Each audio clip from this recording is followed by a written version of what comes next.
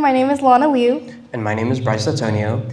And we are running for the position of Director of Academic Affairs for the 2026-2027 school year. As the current director of choir, I've learned a lot of what it takes to support and guide newer members. I plan to implement my knowledge in leading positions as well as experience with dividing my time and making sure to keep up with deadlines if I become one of the chairs of academic.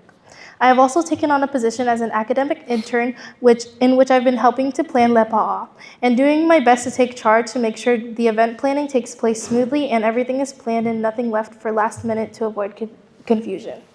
In high school, I was a part of the robotics club and was also a school ambassador for my STEAM academy.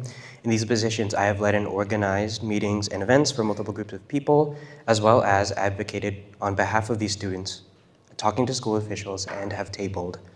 More recently, I was on the executive board for my P&M class as scribe, as well as one of the chief of staff interns. In these positions, I kept track of meetings and assisted in event organization. As your directors of academic affairs, we want a good and smooth compy process. We want to make sure that kuyates are prepared to be mentors and aren't just doing it so they can pick up an outing. We want to have one-on-one chats and kuyate workshops to make sure that they are prepared for the role and can be assisted in areas that they lack. Working with family lines and kuyates to make sure they are prepared for reveal is something that's very important to us. Either hosting a meeting and or giving them a checklist of things to prepare for, such as blindfolds, where to reveal, when to reveal, and who's leading their outings. We also want to help people find the best pairings for them. We can do this by hosting mixers, sitting in at CMCDs to make sure we check the interactions between kuyates and adings, and also sit in at family line events to do the same thing. Another important thing that for us as academic co's is building a stronger sense of community between not only kuyates and outings, but between family lines. I want to make sure new numbers increase and consistently stay large through tabling and events, possibly in collaboration with social, because in the beginning of the year, when freshmen are excited, they want to try a lot of new things. At least that's how it was for me personally. So I wanted to take advantage of that and make sure there's as many events as possible that fit in with the new member schedules. I also want to encourage the outing class having a good bond because it's easy to feel isolated. This would be maintained through outing bonding events such as game nights or karaoke that would be hosted by us. I also want to promote involvement with family lines, which would be encouraging family line events, compy-related points. For example, bringing Compy Hell Week back. And lastly, as our duty as academic, we want to promote academic excellence. We would promote scholarships that we find that are applicable to the students in our organization, host study sessions, especially before midterms, so they can lock in and be better at their academics, as well as providing small academic checkups to outings or other organization members as they adjust to college life on campus. And that is all the time you guys have. I'm so sorry. I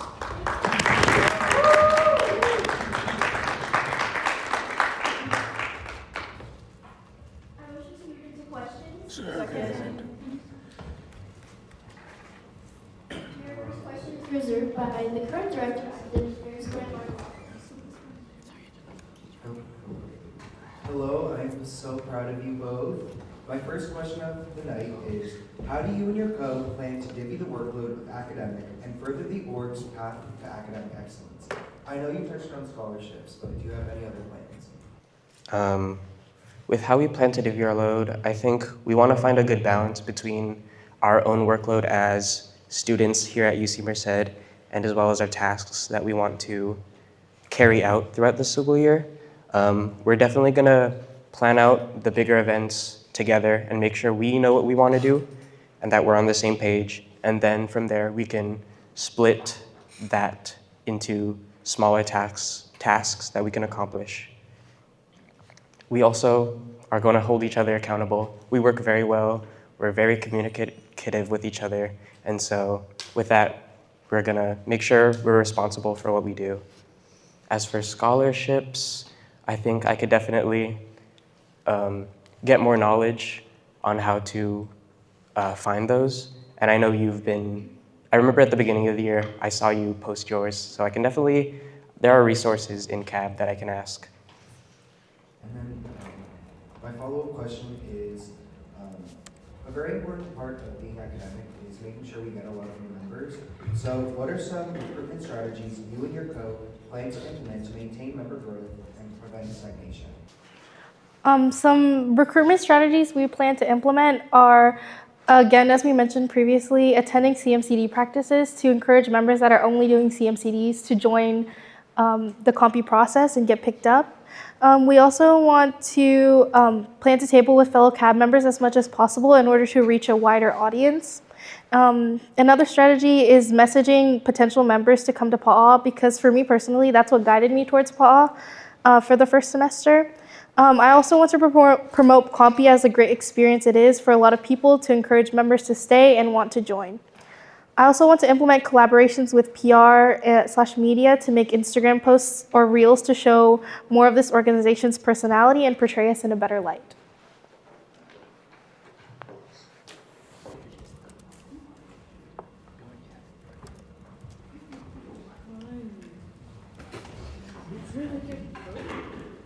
Really good job.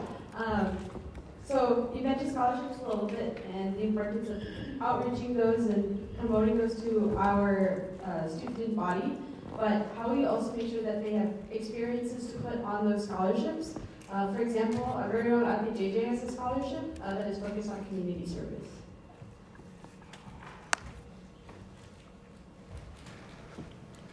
Was that like a question?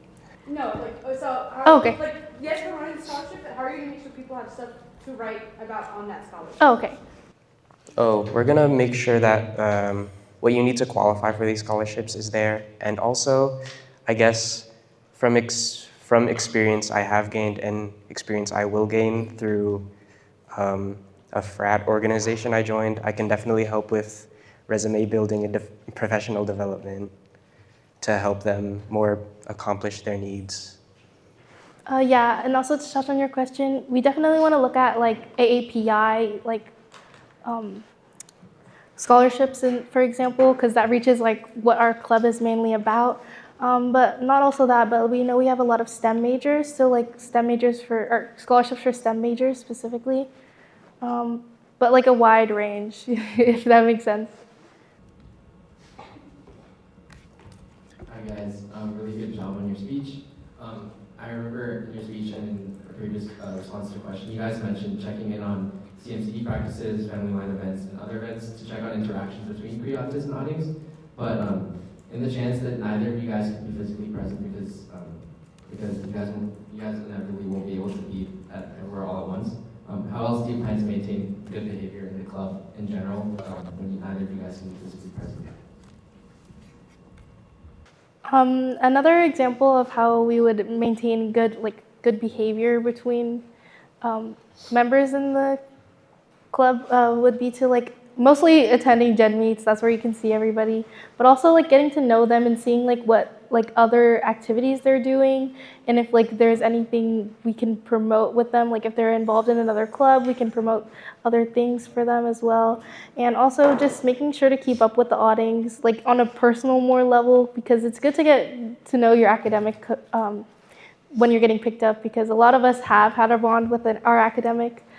So we know from experience how much a connection with your academic co's can mean. Because for me, Grant has always supported me, and I know for a lot of the new outings, he supported them a lot, and they lean on him a lot. So we want to be something similar for the new outing classes coming in.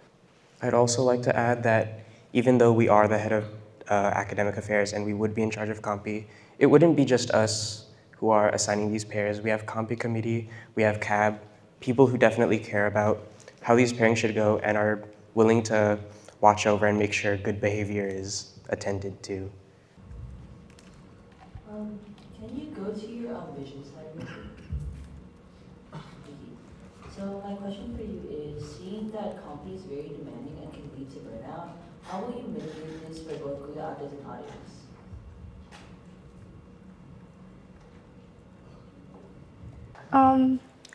To mitigate the burnout, we would definitely want to have like more. We could host like more relaxing events for people to de-stress and chill out. Like, for example, coloring, like a coloring book session, or like just chilling and listening to music and allowing you to study.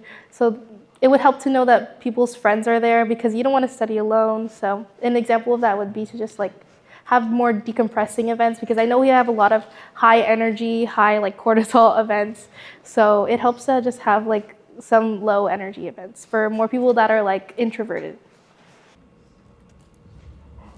Hey friends, amazing work today. My question to you is, in Paul's past, there's been a knowledge gap regarding line leaders in our family lines. Have you thought about any methods that can make being a line leader more easy for people to understand, but also to take on as a role?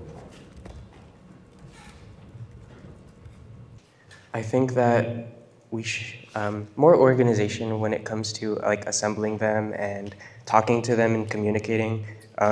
In our speech, we were talking about ways to kind of like bridge the gap with our checklist between like not only just kuyates but also family line leads, like where they should go, how they should do it. I think we should either assemble like a meeting or talk to family line leaders or people who want to be family line leaders individually and like brief them on what that means so that we can not only ensure they do a good job, but ensure that we can encourage them to bring their line closer together.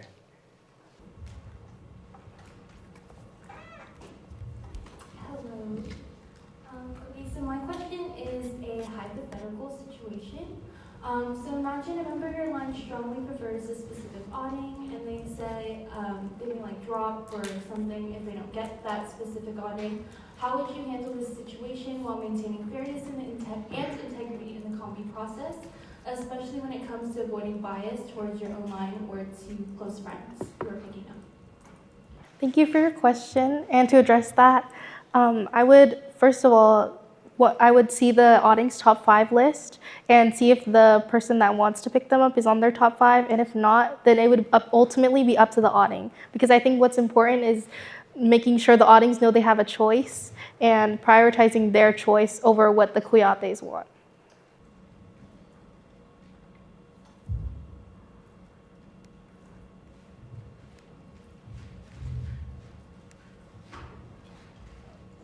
Hello, good job on your speech. One question I did have was, in a speech yesterday, Grant said if he was elected, he wanted to work with academic to do external events. As academic is a very taxing position with multiple back-to-back events, how do you plan on helping him out, working with him to both complete both of your goals? Well, we'd start off by like talking to Grant and asking him what he wants from us specifically. Oh, scholarships. I would make sure that communication is definitely key for coordinating with any cabinet members, not just academic. But I would want to be able to have a meeting with academic or external, if Grant is appointed as external, to be able to communicate clearly what we want to give to our members and not just like an idea, bring action to what we're saying.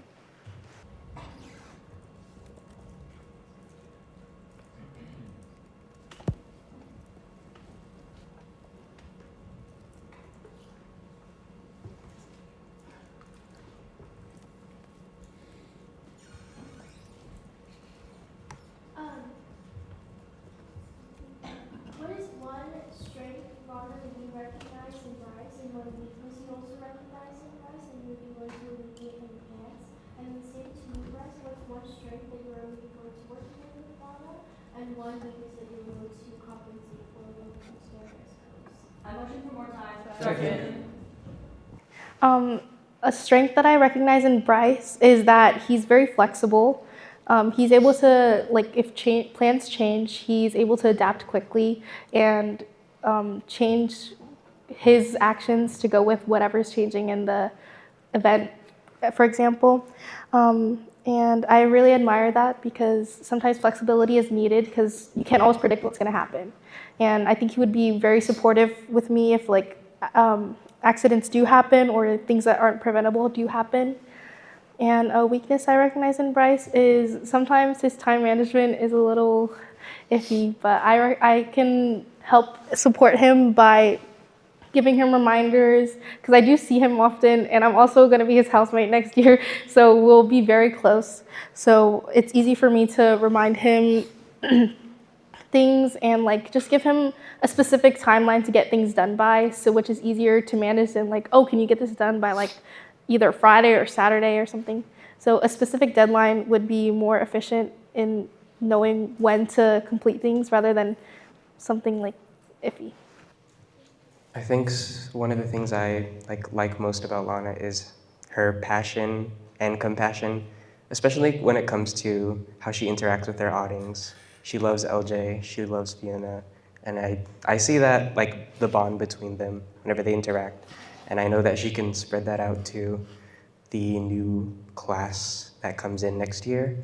And I guess a weakness would be she's very hot-headed and argumentative. What's it called? She bickers with me sometimes, and I'm like, bruh. But I think low-key that could also be like a strength, especially when it comes to arguing for pairings and like who should get who, as well as other of the duties that academic has. Another situational, piggybacking off Chloe. If an audience feels uncomfortable with their kuyate, how would you handle that situation, and what steps would you take to ensure that the audience feels supported while also addressing the issue appropriately? We would definitely communicate these concerns. Well, we talk to the auditing first and help us understand what is going wrong for them, and then we would respectfully communicate these to the kuyate and try to alleviate and mediate these issues. Hopefully it did, and then I guess if things just can't work out, unfortunately, I guess kuyate and auditing swapping will happen, transferings will happen. Hello again. My question is there anything you would do differently than the current academic chair? Some things that we would do differently with the current academic. We noticed Grant was struggling a lot during the second semester because he was alone, but that's unpreventable.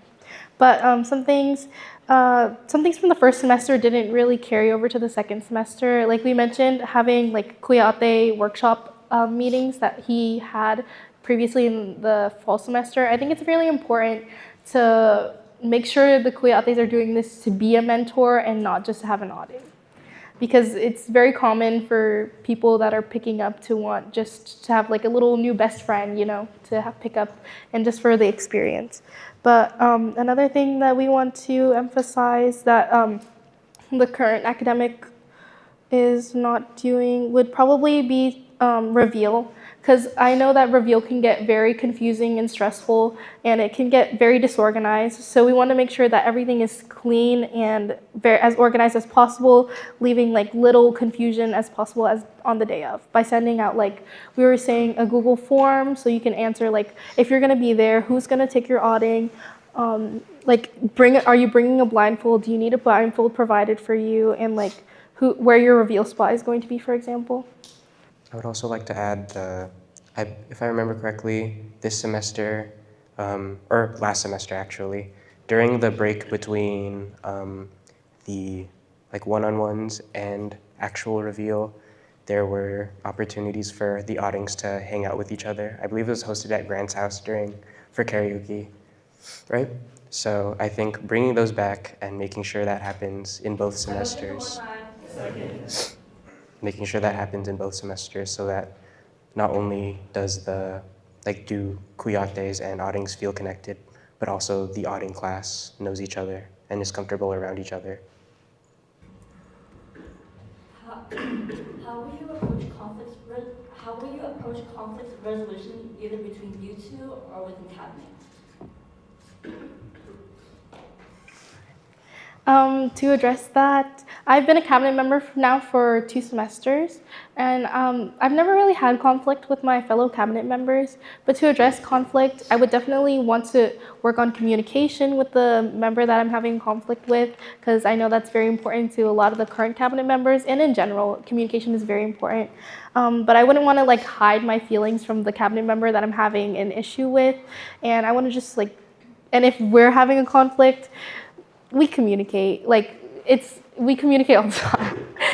I mean, like we're always talking, we're always around each other. So if there's really a conflict, there's no really like avoiding or hiding or like stewing and being mad. I think that's one of the ways to like really create a conflict, when you like let your anger like sit a lot. So I would definitely want to address it as soon as possible, and like not through like a yelling kind of conflict, just like a what can I do better to help you, or what is the problem that's causing you to be upset at me.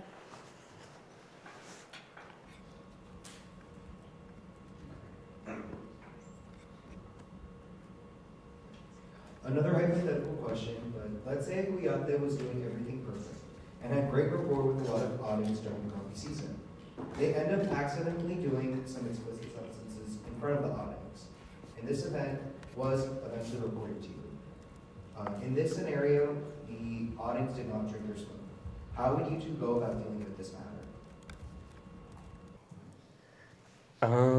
I guess we would, what's it called? Give like stern reprimandings to whoever the kuyate is, and we want to emphasize that that it's a mentorship. It's not about having fun, and you should definitely perform, or should definitely show off the better side and more responsible side to your audience, to the audience, especially as they are a mentor. It is more of a professional role than a social role.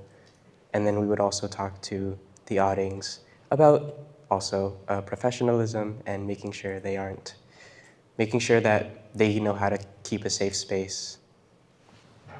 To add on that, I would definitely for sure have a meeting with the kuyate that was seen doing the act, and I would definitely want to like warn them, like this can cause major issues if they want to pick up. Like it can lead them to not being able to pick up if it happens multiple times, and it could also cause their line to be like striked for not getting to pick up at all if it continues to happen in their line.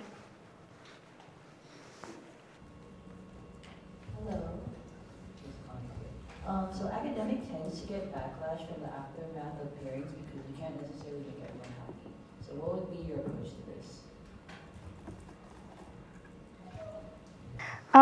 To address that, I understand that there's a lot of backlash for academic, which is understandable because you really can't make everyone happy. But I would want to make sure to communicate with audings if they're continuing to bring it up to me. Like, oh my gosh, I wasn't happy with my pairing. I would just want to make sure to communicate like why I thought they were a good pairing, and not just kind of like leave them in the dark. Like, oh, you got that because you got that. You know what I mean? But yeah, I just want to make sure to communicate with the auding. Like, we chose this pairing because we thought you guys would be a good pairing, and not for any biased reasons or anything. It was decided by a committee, and it was not just our decision. Okay.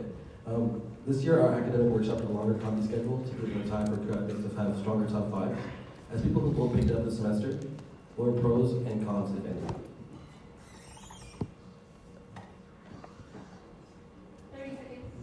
Oh, I think the week-long break, or I know the thing that was added both last year, spring semester, and this year was like a week-long break. I think that gives us time to like decompress and also buy spoils. I think the schedule is currently pretty forgiving, and I think it worked for me mostly. I agree. I think the week-long break, again, to iterate what you said, like helps you solidify a top five. It gives you more of a choice, and it gives you like. And that is all the time we have for questions. Thank you. Guys.